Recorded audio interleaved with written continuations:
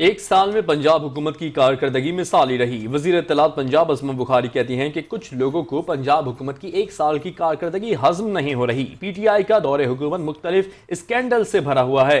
PTI दौर में पैसे लेकर तकर्रुर तबादले किए जाते रहे। ये तो मुमकिन नहीं कि लोगों के घरों में जाएं और बताएं कि हेल्थ कार्ड, किसान कार्ड शुरू हुआ है।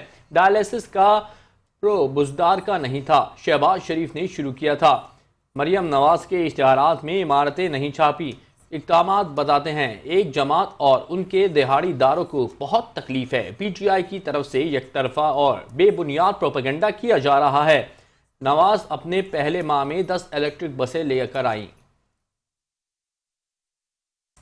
और देखिए, मैं आपको एक बात बता दूं कि ये जो जिसने बाइकर लैन पेंट की थी ना, एक तो मैं नाम नहीं लेना चाहती, लेकिन वो लोकल कंपनी है। हम किसी इंपोर्टेड कंपनी और इंपोर्टेड पेंट की तरफ नहीं गए। हमने इंपोर्ट जो लोकल कंपनी है उसको ये पायलट प्रोजेक्ट दिया था। इसके ऊपर ना कोई अदायगी हुई है ना, और ये इसीलिए पायलट प्रोजेक्ट था कि हम देखना चाहते हैं कि उनकी पेंट की क्वालिटी क्या है, क्या उनको फ्यूचर में ये कॉन्ट्रैक्ट दिया जा सकता है कि नहीं दिया जा सकता। लेकिन उसके ऊपर भी एक वन साइडेड वो बना दिया। वो गंडापुर साहब जिन्हों का कोई लेना देना नहीं पंजाब के मामले से, वो देखे ना बाइकर लैन जो है वो पेंट उतर गया। ओ भाई, तुम्हारे अपने सूबे के अंदर लोग अभी नदी नाले जो है वो पैदल अपने स्कूटरों समेत जो है वो पार करते हैं। तो भाई आप तो ना ही बोला करें तो बेहतर है। जी गोंदल साहब। दो सवाल है।